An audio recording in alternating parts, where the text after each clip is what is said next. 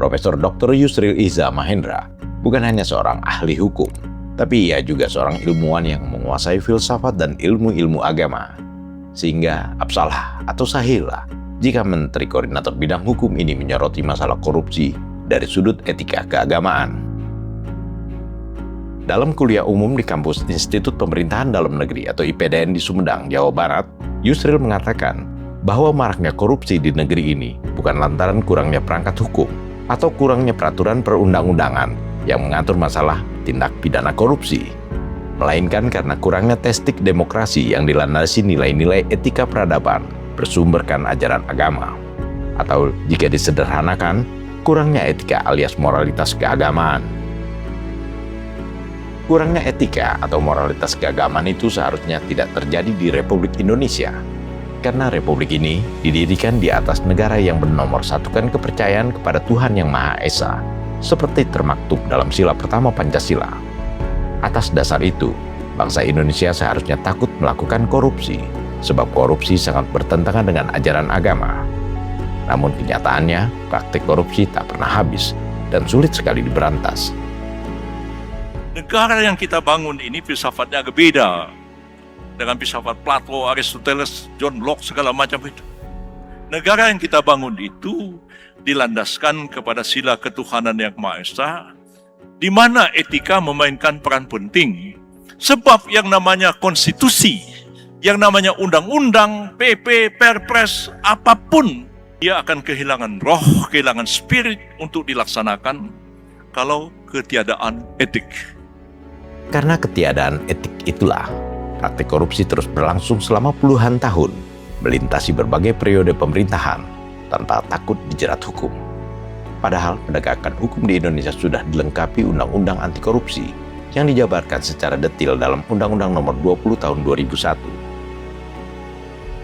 Undang-Undang Anti Korupsi yang merupakan perubahan atas Undang-Undang Nomor 31 Tahun 1999 itu mempertegas rumusan delik korupsi dengan sanksi yang cukup berat, pun secara eksplisit memasukkan pasal mengenai gratifikasi untuk menjerat para birokrat atau pejabat negara yang menerima gratifikasi, suap, dan penyalahgunaan kewenangannya. Namun sampai sekarang, oknum-oknum pejabat negara dan perangkat di bawahnya tak segan-segan melakukan korupsi atau menerima suap dan gratifikasi. Padahal perangkat-perangkat hukum yang melakukan penindakan korupsi sudah dilengkapi dengan lembaga-lembaga hukum dan peradilan seperti Komisi Pemberantasan Korupsi atau KPK dan Pengadilan Tindak Pidana Korupsi atau Tipikor. Praktik korupsi yang dilakukan oknum-oknum pejabat negara sejak dulu hingga sekarang berlangsung dengan pola yang sama. Yusril Iza Mahendra membuka kembali lembaran sejarah lama ketika Perdana Menteri Muhammad Natsir menangkap sejumlah menteri yang diduga melakukan korupsi pada sekitar tahun 1954. Tetapi upaya Natsir mengadili para menteri tersebut kandas di tengah jalan, karena Indonesia belum memiliki undang-undang anti korupsi yang dapat menjerat pejabat negara terduga korupsi tersebut. Para menteri yang ditangkap Perdana Menteri Natsir diketahui telah menjual lisensi Alibaba. Lisensi Alibaba yang dimaksud Yusril adalah izin ekspor impor yang diberikan kepada beberapa menteri. Namun karena pada dasarnya para menteri tersebut bukan pedagang dan tidak memiliki kemampuan menjalankan ekspor impor, lisensi yang mereka peroleh dari negara itu dijual kepada para pengusaha swasta. Pola ini mirip dengan praktik para mantan pimpinan Badan Gizi Nasional yang menjual titik-titik SPPG kepada sejumlah orang, termasuk titik-titik SPPG yang diberikan kepada sejumlah pejabat dan anggota DPR yang menjual kembali lisensi pengadaan dapur-dapur MBG kepada orang-orang yang berniat mencari keuntungan dari program Presiden Prabowo Subianto tersebut. Padahal gagasan Prabowo menyelenggarakan MBG, ujar Yusril, bertolak dari cita-cita yang sangat baik, memberikan makanan bergizi kepada generasi yang sedang tumbuh, agar memiliki IQ yang sejajar dengan IQ generasi muda di negara lainnya. Sebab pada kenyataannya, IQ rata-rata orang Indonesia berada di urutan ke-85 dari 106 negara. Urutan yang bahkan lebih rendah dari IQ orang Vietnam. Pak Prabowo, Pak Presiden, punya cita-cita yang sangat baik.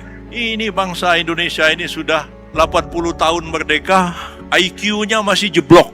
Dari 106 negara kita urutan berapa? 85 apa begitu. Bahkan IQ-nya lebih rendah daripada IQ-nya orang Vietnam. Nah kalau besok IQ orang kita ini lebih rendah dari orang Bangladesh, kan celaka kita ini. Kemampuan IQ kita rendah, fisik kita lemah bandingkan dengan bangsa-bangsa lain. Kasihlah MBG supaya ada peningkatan gizi, badannya sehat, akalnya cerdas, dan sebagainya. Titik-titik penyelenggaraan MBG itu dikasih kepada para pejabat, anggota DPR, dan macam-macam. Dijual lagi sama orang lain. Kan sama seperti tahun 54. Apa yang kurang? Yang kurang, lanjut Yusril, bukan hukumnya, bukan orangnya, melainkan nilai-nilai etika peradaban yang bersumber dari ajaran-ajaran agama. Tanpa tedeng aling-aling, Yusril mengatakan bahwa nilai-nilai etika bersumberkan ajaran agama itu masih belum dijalankan sepenuhnya oleh banyak orang. Padahal masjid dan gereja semakin banyak didirikan, dan jumlah jamaah haji dari Indonesia selalu meningkat dari tahun ke tahun. Yang dilaksanakan baru sebatas praktik agama secara lahiriah, belum sampai pada hakikat dan substansi agama itu sendiri. Itu sebabnya praktik korupsi terus merajalela, meskipun korupsi dilarang agama. Yang kurang bukan hukumnya, bukan orangnya.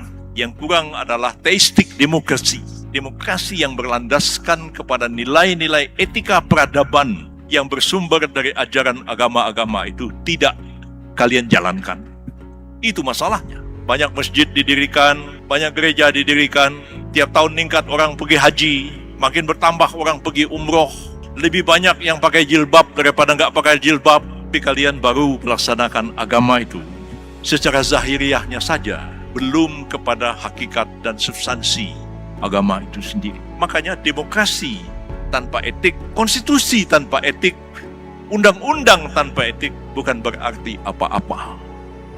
Apa yang disampaikan Profesor Dr. Yusril Iza Mahendra dalam kuliah umumnya di kampus IPDN selayaknya kita jadikan introspeksi, sehingga siapapun tidak perlu tersinggung, karena memang tak sedikit pelaku korupsi yang dalam kesehariannya tampil seolah-olah manusia yang saleh, yang rajin beribadah dan bersedekah.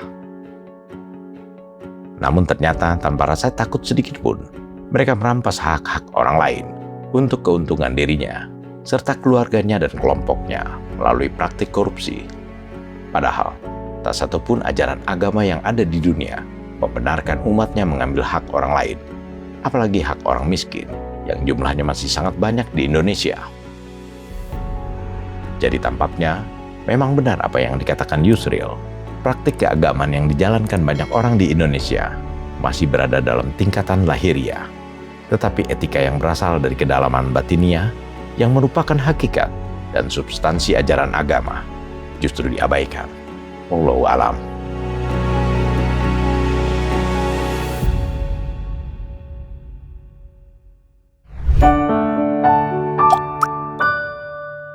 Men of our time.